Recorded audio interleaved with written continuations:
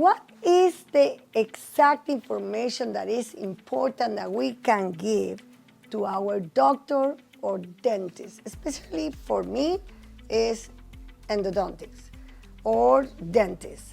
In general, it's important that you have as much information as you can. If you have all x-rays and you're gonna see a new dentist, it's important because we like to compare. As an endodontist, I always like to compare what happened before and after, especially with root resorption.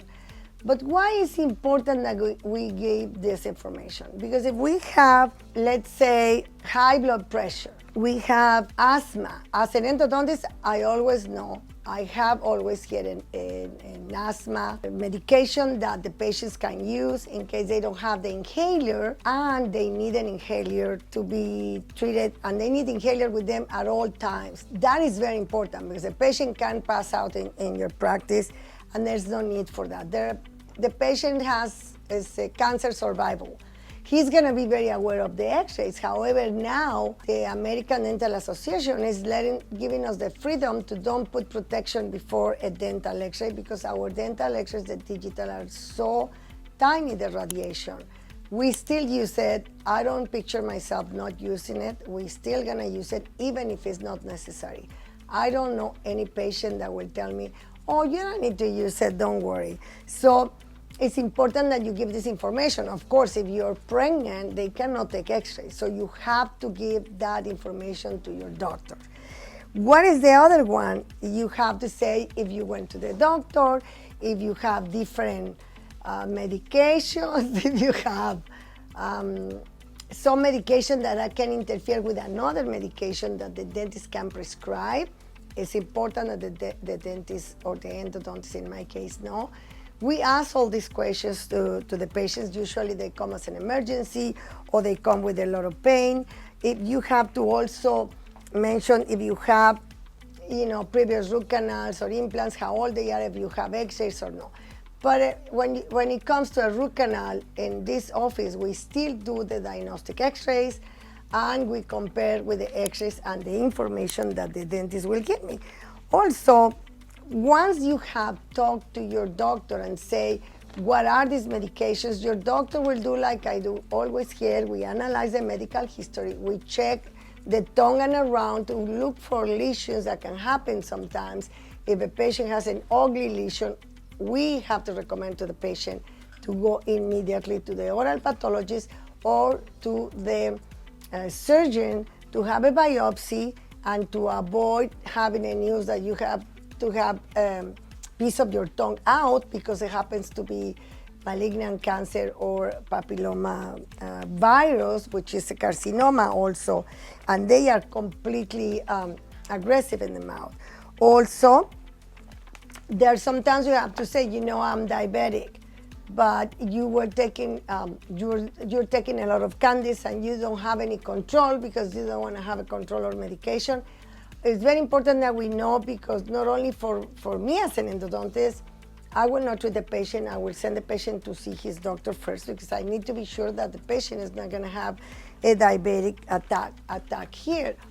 If you have back problems, let's say you're sitting in the chair for a certain amount of time, but you are not uncomfortable, it's important you tell the dentist, because in a root canal, if you're going to be sitting 1 hour, 1 hour and a half when you are a normal patient, or you have a normal root canal treatment, is not taking a lot of time.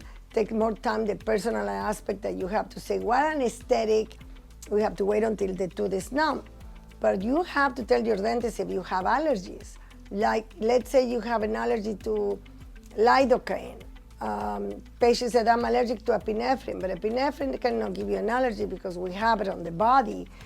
However, it could be allergy to some component of the anesthetic, and then we can use a different component, because we have a variety of dental anesthesia companies that they have done for allergies, etc. Or if you haven't seen your doctor in a while and your high blood pressure is not controlled, it's very important, because if we have to treat you for an emergency, then I will have to use a different anesthetic that doesn't have any epinephrine to don't accelerate your heart, and you can make make it to see your doctor. And also, if you give us in United States, you give us the name of the pharmacy and the phone number, it's very easy for us to give you the prescription. Otherwise, they will ask you. But in general, the message with this that I wanted to thank Amanda Palma for helping me to write the script to this, and as we're talking about why is this interesting? Because if you tell like you see on the screen, the time that we spend, this is a friend of mine that they're in Norway, and we work together in root resorption, and I love her dearly, friend of Dr. Japasalo. So as you see here, spending time with your doctor is important. And if you have a reason like, oh, my mom just passed away, when you're grinding your teeth, you have to tell your doctor. If your doctor tells you you're gonna need you may need a NIGAR because you're gonna break your teeth, fracture, and then you're gonna end up in a root canal, and you're gonna come to my chair, then to avoid that and save a lot of money, you tell your doctor that you're going through an amazing, my patients always tell me, we spend enough time in consultations. And when a patient has gone through so much stress, you're gonna see many of their teeth fractured, and especially if they don't have a NIGAR, it's worse. So all this information is very important. That's why we prepared this episode for you.